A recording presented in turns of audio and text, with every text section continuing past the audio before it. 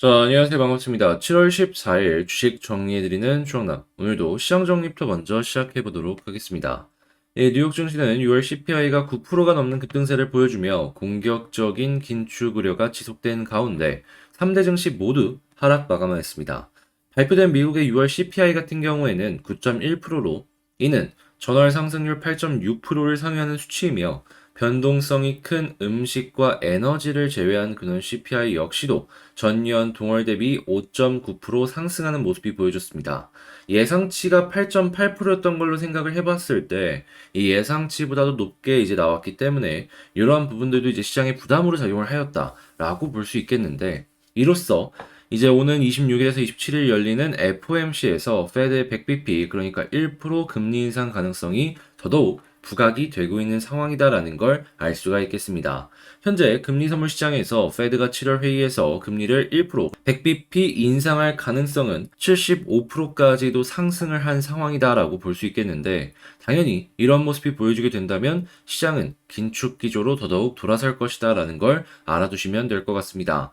자, 페드는 경제 동향 보고서인 베이지북에서 5월 중순 이후 모든 것을 고려할 때 경제 활동은 완만한 속도로 확장했다고 진단을 했지만 다만 몇몇 지역에서는 수요가 둔화하고 있다는 신호가 늘어나고 있다며 5개 지역의 침체 위험 증가에 대한 가능성에 우리는 주목을 해야 된다라고 설명을 했습니다.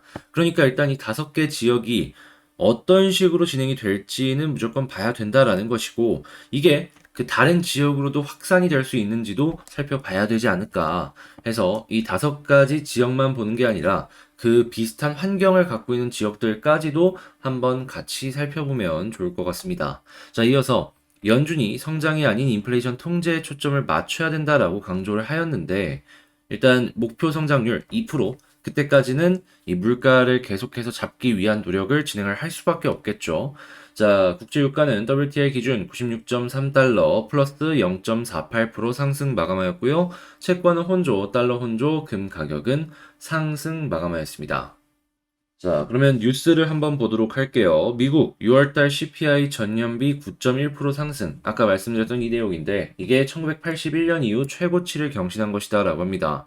그러니까 이때가 한참 인플레로 핫했던 그때였던 걸로 기억을 하는데, 그때를 지금 돌파하려고 한다. 그러니까 이제 조금 20대, 30대, 어떻게 보면 40대 초반 분들까지도 경험하지 못했던 그런 시대가 다시 한번 이 전 세계에 오고 있다라고 보시면 될 것 같고, 그리고 이제 이걸 이겨나가려는 연준의 움직임도 분명히 보여질 텐데, 그 당시에 어떤 식으로 이걸 헤쳐나갔는지를 참고해 보는 것도 좋은 이정표가 되어줄 것 같다. 요렇게 볼 수 있을 것 같습니다. 근데 뭐 이정표라고 할 게 뭐 있나요? 그냥 금리 많이 올렸어요. 그 당시에도. 단기간에 확 올리고 물가 안정되니까 그때부터 이제 차근차근 정리를 하더라고요. 근데 그게 뭐 한두 달 만에 되는 건 아니었고, 기억을 하기로는 1년에서 2년 정도를 이제 확 잡았던 걸로 기억이 나는데, 이번에도 비슷한 결과를 만들어가지 않을까 싶네요.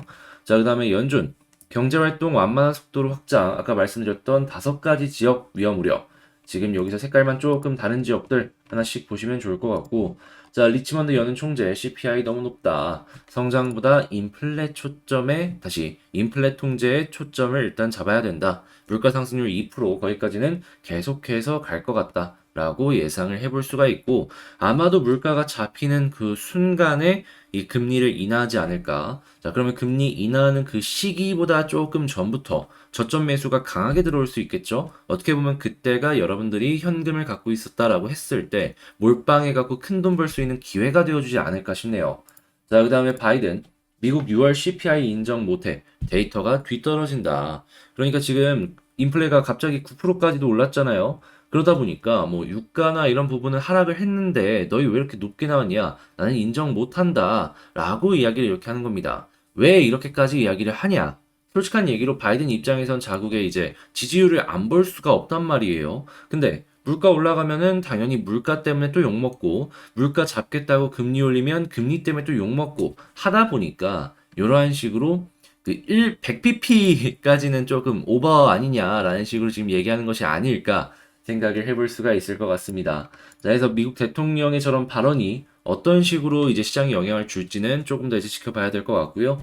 자, 그다음에 물가 폭등의 월가 경기 침체 불가피 못 피한다. 요 이야기 역시도 확인을 하시면 좋을 것 같습니다. 왜냐하면 이런 얘기가 나오게 된다면 상승보다는 조정의 가능성이 조금 더 크거든요.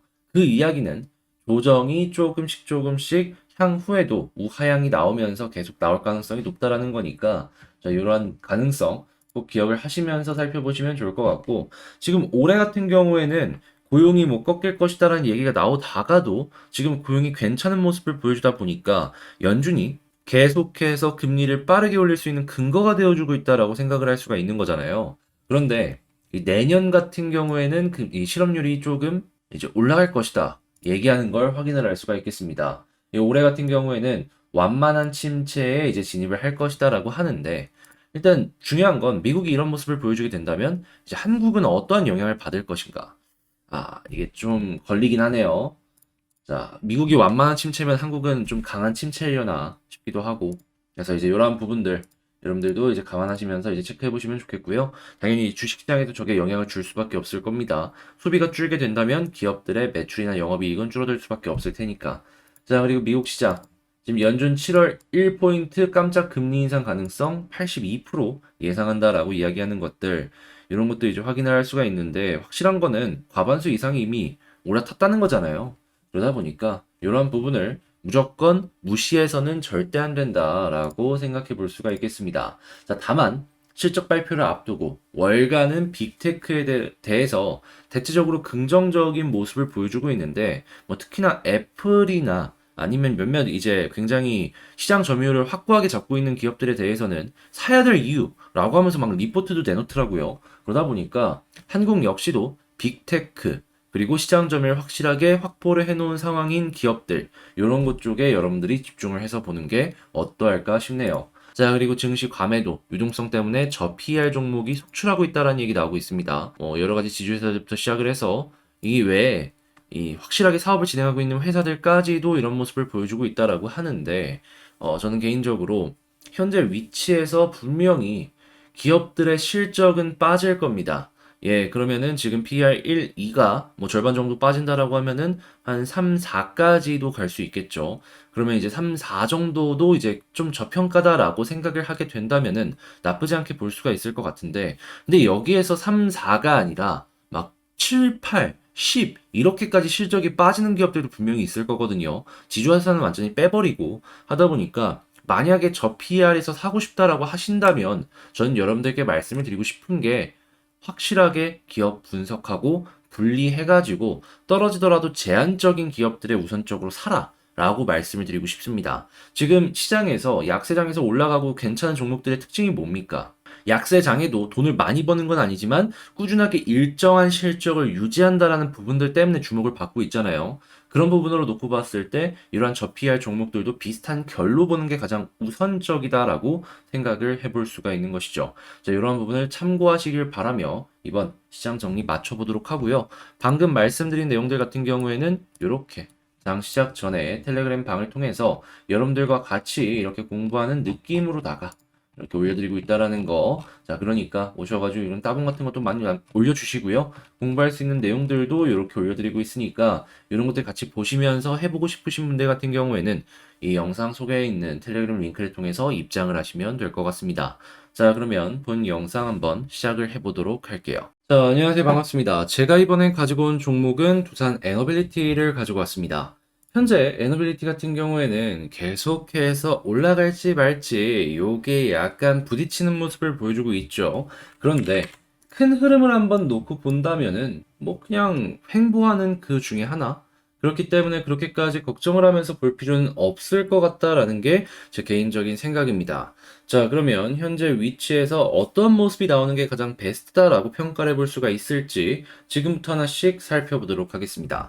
일단 제일 먼저 나와 있는 뉴스들을 조금 보자면 이 원전 쪽을 안 볼 수가 없겠죠. 근데 이제 윤 정부에서 이 생태계를 조속히 복원하라라고 지시는 했지만 아직은 속도가 조금은 더 걸릴 수밖에 없을 것이다라는 건 감안하시면서 살펴봐야 될 것 같습니다. 그런데 이게 한국의 문제가 있는 게 아니라 전 세계적인 공통 특징인 게 원전이 다시 떠오를 걸 생각을 못하고 인력도 새로 안 뽑고 그러다 보니까는 이 주된 기술자들이 다 은퇴를 해버렸다는 얘기가 있더라고요. 그래서 현장에 남아있는 사람이 그렇게 좀 숙련공이라고 볼 수가 없다 보니까 전 세계 인력난이 이 원전 쪽에 보여지고 있다라고 하니까 이러한 부분들은 그냥 다른 나라들보다 빨리만 완성이 되면은 상관이 없다. 이렇게 보시면 될 것 같아요. 자, 그 다음은 이 수소 쪽도 봐야 되는데 지금 이 두산 같은 경우에는 수소도 원전과 동일할 정도로 굉장히 밀어주는 모습을 보여주고 있죠. 하지만 이게 아무래도 세수 감소 때문에 이 손쉽게 밀어주기가 조금 곤란한 부분이 있다라는 얘기를 하는 걸 확인을 할 수가 있습니다. 하지만 그래도 결국에는 수소 역시 이 친환경 쪽에 있어서 한국에서 미는 가장 앞서 있는 테마이기 때문에 이쪽을 안 볼 수는 없으니까 요거 역시도 괜찮은 얘기가 특히나 세수 관련해서 나오게 된다면은 이거 속도 붙겠네 라고 생각을 하시면서 보시면 될 것 같고요. 자, 풍력발전 외산바람 여전 이런 얘기를 하고 있는데 최근에 이제 두산 에너빌리티가 풍력 관련해가지고 전 세계 1등 기업이랑 같이 협약을 맺었잖아요. 하다 보니까 이게 뭐 로열티나 이런 건 좀 내야 되겠지만 기술력 부분에 있어서 국산화를 어느 정도 할 수 있는 걸 기대를 해볼 수가 있어가지고 이러한 부분은 이 한국의 다른 풍력 기업들 대비해서 가장 앞서 있는 모습을 볼 수 있을 것이다. 그러니까 이러한 부분은 긍정적이다 라고 생각하시면 좋을 것 같습니다. 자, 그러면 뉴스 봤으면 수급이랑 차트 봐야겠죠. 일단 조금 보자면 자, 일단 최근에 조금 약한 모습을 보여주긴 했어요. 하지만 일단 기관 쪽에서 금투 쪽에서 최근에 돈이 넣어주는 모습을 확인을 할 수가 있었고 연기금도 오늘 슬그머니 다시금 주워담는 모습을 보여주고 있으니까 여 두 군데에서 매도세가 작거나 아니면 매수세가 조금 강한 모습을 특히나 금투, 연기금, 사모펀드, 투신에서 보여주게 된다면은 빠른 속도로 다시 한번 올라가는 걸 기대해 보시면 좋을 것 같습니다. 아직은 조금 시간이 걸린다라고 하는 게 이 수급의 창이겠다. 이렇게 생각해 볼 수 있겠네요. 자, 그러면 일단 이제 차트를 또 봐야 되는데 현재 위치에서 가장 베스트는 뭐냐? 일단 지지는 480에서 되는 거 오케이인데 21선 위에서 끝나줬으면 좋겠어요. 21선 위에서 끝나면은 21선이 이제 머리를 이렇게 들었잖아요. 이런 식으로 들어줄 가능성이 커질 것이고 61선까지 뚫어주게 된다면 이런 식의 61선 쌍바닥 이후에 상승을 기대해 볼 수 있거든요. 요거 진짜 셉니다, 여러분. 다른 차트들 많이들 보시면 아시겠지만 요것만큼 센 모습이 많이 없어요. 그러니까 지금은 그저 여기서 한 번씩 위에서 편안하게 보고 있다가 이 위쪽을 뚫어주길만 기대하는 게 가장 베스트다라고 생각을 해볼 수가 있다는 것이죠. 그랬을 때 우리 맨날 선 그어놓는 요 라인 있잖아요. 여기는 분명히 뚫어주지 않을까 싶고요.